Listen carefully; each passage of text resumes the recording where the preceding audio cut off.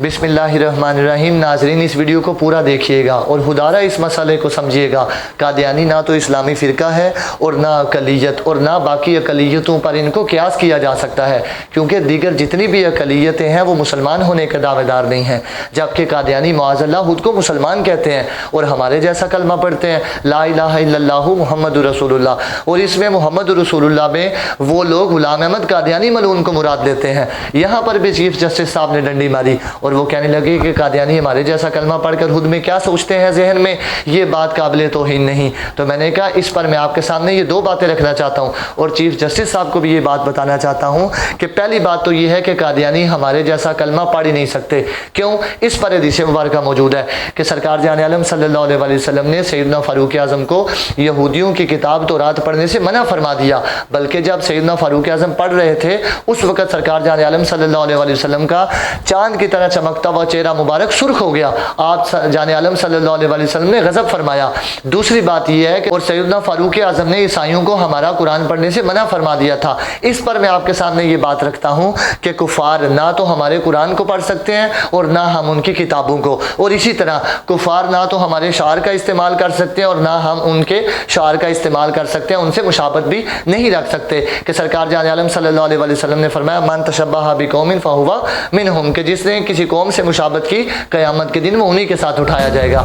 ऐसे में मैं आपके सामने ये बात करता हूँ कि वो जब ना कुफ़ार हमारी जैसी मुशाबत कर सकते हैं ना हम उनकी, और ना कुफ़ार हमारे कुरान को पढ़ सकते हैं और ना हम उनकी किताबों को, और ऐसे में इसी तरह ना हमारे शार को इस्तेमाल कर सकते हैं और ना हम उनके शार का। इस पर इसीलिए मैंने ये बात किया है कि कादियानी जो कि काफिर हैं आईने पाकिस्तान के मुताबिक भी और इस्लामी कानून के मुताबिक भी, इसलिए कादियानी भी हमारे जैसा कलमा नहीं पढ़ सकते। और इस पर अगर वो हमारे जैसा कलमा पढ़ते हैं और इसमें मोहम्मद रसूलुल्लाह से वो ग़ुलाम अहमद कादियानी मलऊन को सोचते हैं या समझते हैं या मानते हैं, तो इस पर ये हम लोग अपने ज़हन से या सुन्नी उन पर बुहतान नहीं बांधते, हम अपनी सोच से ये बात नहीं करते, बल्कि ये उनकी किताबों के अंदर रूहानी ख़ज़ाइन और उसकी तशरीहात के अंदर ये बात लिखी हुई है। वो बदबख्त लोग ये कहते हैं कि ये कलमा ग़ुलाम अहमद कादियानी का है माज़अल्लाह, और इस पर वो मोहम्मद रसूलुल्लाह से ग़ुलाम अहमद कादियानी को मुराद लेते हैं।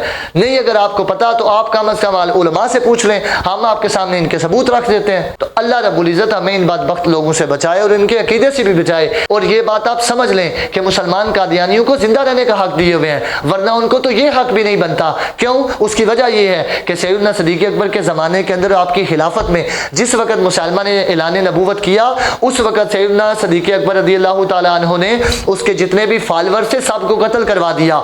मैं इस पर यह बात करता हूँ कि किसी एक को भी जिंदा रहने नहीं दिया, जबकि ईसाइयों को ये इजाज़त दी कि वो टैक्स दे करके इस्लामी सल्तनत में जिंदा रह सकते हैं, यहूदियों को इजाज़त दी वो टैक्स देकर इस्लामी सल्तनत के अंदर जिंदा रह सकते हैं, मगर दूसरे नबी मानने वालों को सबको कत्ल करवा दिया। इस पर मैं ये बात आपके सामने रख रहा हूँ कि ये बात आप माने कि कादियानियों को पाकिस्तान के अंदर मुसलमान जिंदा रहने का हक दिए हुए हैं, ये बात भी काफ़ी है। ऊपर से आप उनको तबलीग की इजाज़त दे रहे हैं कि वो माज़अल्लाह झूठे नबी की तबलीग कर सके, रसूलुल्लाह सल्लल्लाहु अलैहि वसल्लम के इस्लाम की और आपकी शान में गुस्ताखियाँ और बेबाकियाँ कर सकें। कतन जब तक मुसलमान जिंदा है उनको ये इजाज़त नहीं दी जा सकती और पाकिस्तान के आइन के खिलाफ भी उनको ये इजाज़त नहीं दी जा सकती।